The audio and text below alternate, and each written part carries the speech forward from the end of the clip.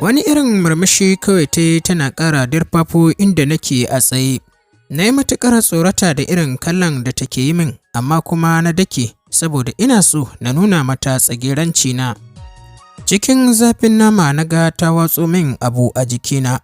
A gaggauce na yi saurin matsawa gefe guda. Kawai na ga wani irin ruwa ne ya zuba a ƙasa, nan da nan na ga ruwan.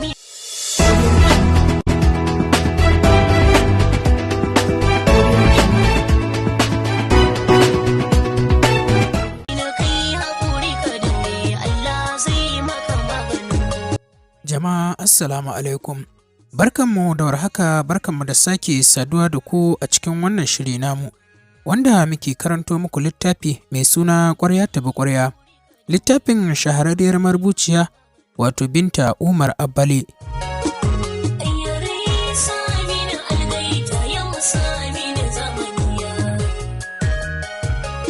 Ni ne mai karanto muku Saminu Suleiman, wanda ake kira da Saminu Algaita. Idan ba ku manta ba, na tsaya ne inda nake ba ku labarin. A daren wannan rana bai shigo ɓangare na ba har sai da safe ya shigo, kuma ya shigo kamar kodayaushe fuskarsa babu sassauci. Muka gaisa na ce masa na gode sosai da hidimarka akan mahaifina, wallahi na ji daɗin ganinsa ya dawo lafiya lau da ƙafafunsa. Harara ta yi tare da faɗin ba na buƙatar godiyarki. Ba don ki gode min ba na kula da lafiyarsa, ina fatan kin gane. To daga nan ne muka tsaya, yanzu kuma insha Allahu za mu ci gaba.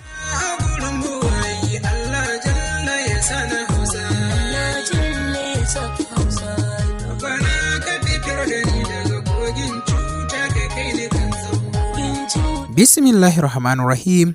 Da sunan Allah mai rahama mai jin ƙai muke fara dukkanin lamari. Allah muna roƙonka yanda muka fara lafiya, Allah ka sa mu gama lafiya. Ƙwarya tabi Ƙwarya kashi na 80.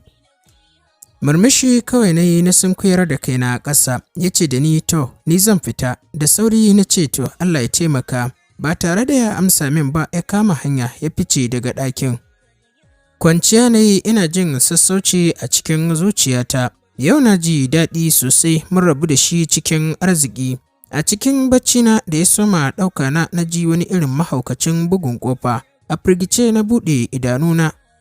Na tsira idanuna ina kallon bakin ƙofar. Yunƙurin sakowa nake yi daga kan gadon, amma kuma bugun ƙofar sai sake ƙaruwa yake. Gabana kuwa ya tsananta da faɗuwa, cikin fargaba da tashin hankali na ce waye. Ubanki ne Lawi. Jin muryar Lauratu ya sanya yawun bakina ya ƙafe. Ubana take zagi? To akan wane dalili? Fuskata a martike na buɗe ƙofar domin a shirye nake in kare martabar iyayena. Tun kafin na yi wani aune ta riga ta afko cikin ɗakin. Na bi ta da kallo ina mamaki kafin na ce da ita, baiwar Allah, wai ke dabba ce ne? Haka kawai da sanyin safiya za ki zo kina buga mini ƙofa, ko kuma kina bina bashi ne? Yanda ta tsira idanunta tana kallo na yasa na fahimci cewa tana mamakin lafazina ne a kanta. Hanya na nuna mata tare da faɗin, ki zo ki fice ki bar min ɗakina tun muna shaida juna. Ki fita na gaya miki ki bar min ɗakina tun muna shaida juna ni da ke. Wani irin murmushi kawai ta yi tana ƙara dirfafo inda nake a tsaye. Na yi matuƙar tsorata da irin kallon da take yi min, amma kuma na dake. Saboda ina so na nuna mata tsageranci na. Cikin zafin nama na ga ta watso min abu a jikina. A gaggauce na yi saurin matsawa gefe guda. Kawai na ga wani irin ruwa ne ya zuba a ƙasa, nan da nan na ga ruwan yana ta famar kumfa shi kaɗai. Ba tare da wani ɓata lokaci ba na ga tiles ɗin ya tsage. Tsayawa na yi cike da mamaki ina kallonta, ita kuma ta tsaya tana ta famar huci. Ta buɗe ƙofar ɗakin ta fita a fusace. Cikin karkarwar jiki na nemi guri na zauna, ina ta furta kalmar inna lillahi wa inna ilaihi raji'un.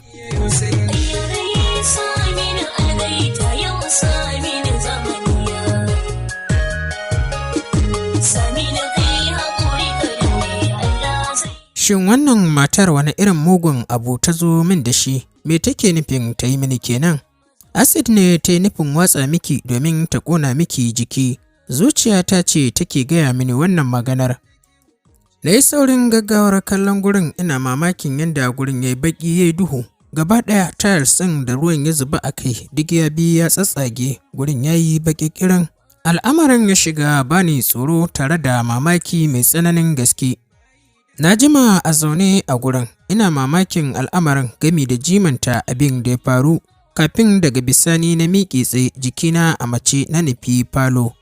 Nan na same su a zaune, ganin fitowata ya sa dukkaninsu suka miƙe tsaye suna gaishe da ni. Samun guri ne na zauna a kan kujera, fuskata babu walwala. Na ce da su ku zauna, ina so zan yi magana da ku. Zama suka yi dukkaninsu suka mayar da hankalinsu a kaina.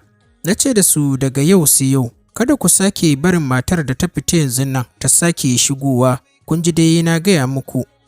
Kun ji abin da na ce ko? Gaba ɗayansu suka ce ranke daɗe. Suka ce za mu kiyaye insha Allahu. Na kalli Mariya tare da faɗin, Mariya ki shiga ki gyara min ɗakina. Da sauri ta miƙe ta nufi ɗakin domin gyarawa, su kuma suka ci gaba da sauran aikace-aikace. To yau ɗin kam da wuri ya dawo gida, ni kaina na yi matuƙar mamakin hakan, amma kuma ban nuna masa a fuskata ba. Na yi masa sannu da zuwa, ya amsa fuskarsa a sake tamkar ba shi ba. Ruwan wanka na tashi na haɗa masa tare da kai masa banɗaki. To ko da na fito daga wajen kai masa ruwan wanka, samunsa na yi yana ƙoƙarin cire kayan jikinsa. Ido muka haɗa da shi, ya yi min murmushi. Kallonsa kawai nake yi, ina mamakin canjawarsa. A jikin madubi na tsaya na ce da shi, na haɗa maka ruwan wanka. Ya ce da ni to, na gode, ya faɗa a lokacin da yake ƙoƙarin ajiye agogonsa a kan madubin. Wani irin kallo na ga min tare da faɗin, ba za ki taya ni wankan ba? Murmushi kawai na yi masa na ce da alama yau kana cikin nishaɗi. Ya ce da ni me yasa kika ce haka? Na ce da shi saboda ba haka kake yin mu'amalarka da ni ba. Shiru kawai ya yi ba tare da ya amsa min ba, har yanzu fuskarsa ɗauke da murmushi ya nufi hanyar banɗakin. Girgiza kaina kawai na buɗe wardrobe na ɗauko masa jallabiya da gajeren wando. Na zauna a bakin gado ina jiran fitowarsa daga banɗakin. Ido muka haɗa da shi a lokacin da ya fito daga banɗakin. Da sauri na kauda kaina, na ji tsigar jikina ta tashi. Ni kaina na san ina da buƙatarsa a cikin zuciyata. Na ce Allah dai ya sa yau mu yi abin arziki. Zama ya yi a kusa da ni yana goge jikinsa da tawul. Na kalle shi tare da faɗin, ga kaya can na ɗauko maka. Ya ce da ni na gode. Miƙewa na yi a nutse na je na ɗauko man shafawar da yake shafawa. Na tsuguna a ƙasan kafet ɗin na fara shafa masa a ƙafafunsa. Sumayya, na ji ya kirawo sunana cikin wata iriyar murya ya yi maganar. Ɗago kaina ne na kalle shi, na ga idanuwansa duk sun kaɗa sun yi jawur. Na amsa tare da ci gaba da shafa masa man. Ya ce da ni a jikin naki, ba tare da na kalle shi ba na ce masa da sauƙi. Ya ce to Allah ya raba ku lafiya. Da sauri na ɗago da kaina na kalle shi, ina mamakin addu'ar da ya yi. Girarsa ya ɗaga min. A lokaci guda kuma yana sakar min wani irin lallausan murmushi.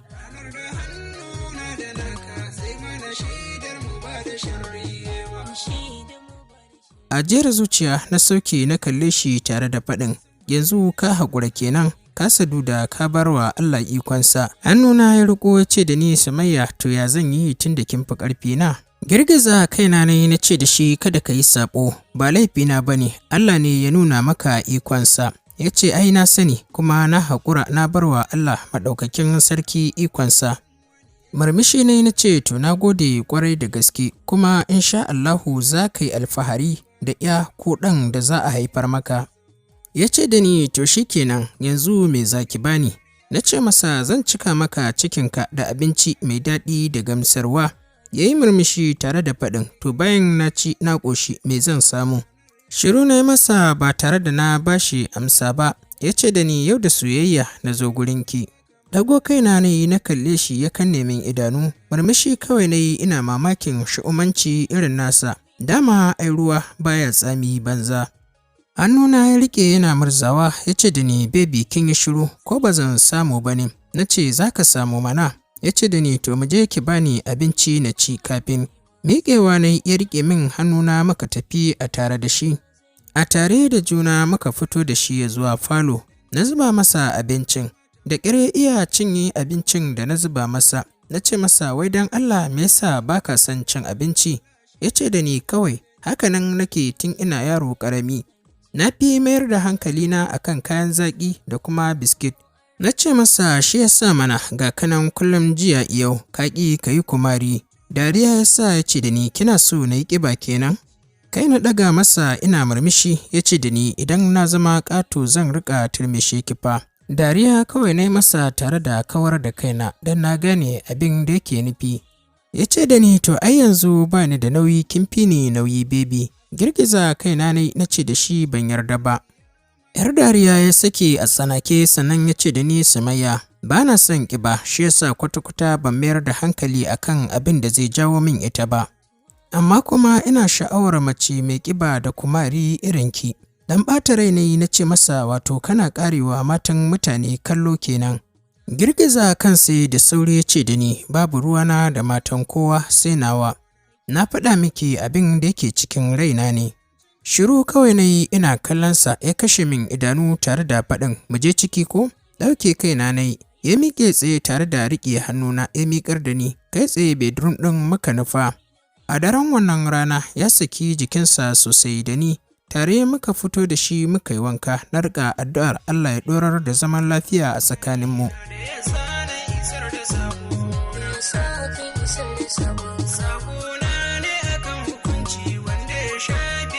Kwana biyu zamanmu da shi ya yi kyau sosai muna ma'amalar arziki a tsakaninmu. Idan na ba shi abinci ko baya so sai ya ci, duk don ya faranta min rai. Har zuwa ya je duba mahaifina na dinga murna. Ina addu'ar Allah ya ɗorar da zaman lafiya a junanmu. Satinmu 3 da shiryawa da shi na tashi da wani irin ciwon mara mai matsanancin zafi. Na fito daga banɗaki na same shi yana barci. Na zo na zauna a kusa da shi ina tashinsa. Ya buɗe idanunsa tare da faɗin baby, menene? Please ki bari na huta. Na ce masa ka tashi ba ni da lafiya. Idanunsa ya buɗe yana kallona kafin ya ce da ni, me yake daminki? Na ce masa cikina ne yake min ciwo. Jim yayi yana kallona kafin daga bisani ya cusa hannunsa a cikin rigata. Ya sanya hannunsa yana taɓa ƙasan marata. Da sauri na cire hannun nasa daga gurin ya ce da ni baby ba shi da lafiya. Gabana ne wata iriyar muguwar faɗuwa na soma zubar da hawaye. Na ce masa don Allah ka tashi ka bani magani. Shiru yayi yana kallona ya tsira min idanu. Cikin damuwa na ce masa ka zuba min idanu kana kallona, na ce ka tashi ka bani magani. Cikin wata iriyar matsananciyar damuwa da hasala ya ce da ni ke, ni kike yi wa tsawa haka? Ganin yadda ran shi ya ɓaci tare da ɓata fuskarsa ya sa na shiga ba shi haƙuri ina kuka. Ya ce da ni to bani da magani a gida, kuma na gaya miki tun jiya cewa yau ba zan fita asibiti da wuri ba. Zan zauna a gida na huta kafin daga bisani na fita. Don haka sai dai ki bari har sai na fita asibiti. Wani irin kallon takaici nake masa ina kallonsa ya ja bargo tare da sake lullube jikinsa ya kwanta. Da sauri na fisge bargon da ya lulluɓa ina kuka na ce da shi ashe dama munafurci ne? Wallahi ka ji tsoron Allah akan abin da kake yi. Miƙewa ya zaune rai a ɓace tare da faɗin tashi ki fita ki bani guri na huta. Da sauri na riƙe hannunsa ina kuka ina faɗin don Allah ka tausaya mana ni da bebina. Girgiza kansa tare da faɗin zan baki magani amma sai na gama bacci na tukunna. Komawa ya kwanta tare da sake rufe jikinsa da bargo. A fusace na sake fisge bargon da ya lulluɓa da shi. Ai kuwa kafin na yi wani yunƙuri kafin na ankara sai kawai ji na ya kwaɗa min mari. Da sauri na dafe kumatuna. Na tsira masa idanu ina kallonsa cike da mamakin abin da ya aikata. Cikin rashin mutunci ya ce da ni, wallahi zan tattaka ki idan baki bar ni na kwanta na huta ba. Miƙewa na yi jiki a sanye na tashi na fita na bar masa ɗakin. Tsaki mai ƙarfin tsiya ya ja sannan ya sake komawa ya kwanta. Tare da addu'a a cikin zuciyarsa yana fatan Allah ya sa cikin ma ya zube ya huta. Ni kuwa da na fita falo kasa danne damuwata na yi haka na zauna akan kujera ina rusa kuka domin na san shi ne kaɗai abin da zan yi na sami sassauci a cikin zuciyata.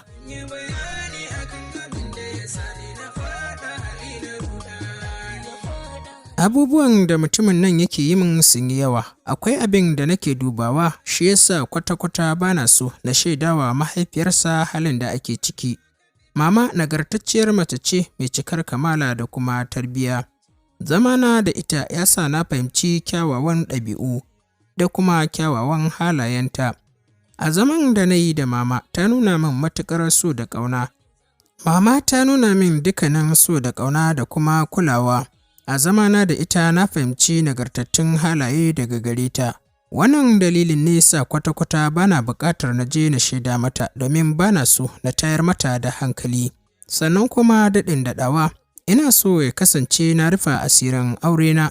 To bari mu miƙa saƙon godiya da fatan alkhairi ga ma'abota sauraron wannan shiri namu, mu kuma miƙa godiya da fatan alkhairi ga gwanayenmu na sauraron littafi, waɗanda suka yi mana kwamen a farko-farko tun daga na 1 har zuwa na 5. Sabirin Muhammad ke da kwamen na farko a cikin littafin Ƙwarya tabi Ƙwarya kashi na 79. Muna miƙa godiya da fatan alkhairi a gare ki.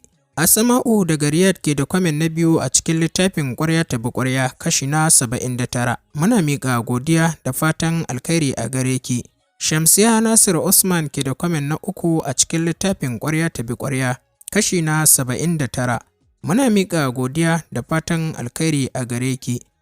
Shashidat Abubakar ke da kwamen na 4 a cikin littafin Ƙwarya tabi Ƙwarya kashi na 79. Muna miƙa godiya da fatan alkhairi a gare ki.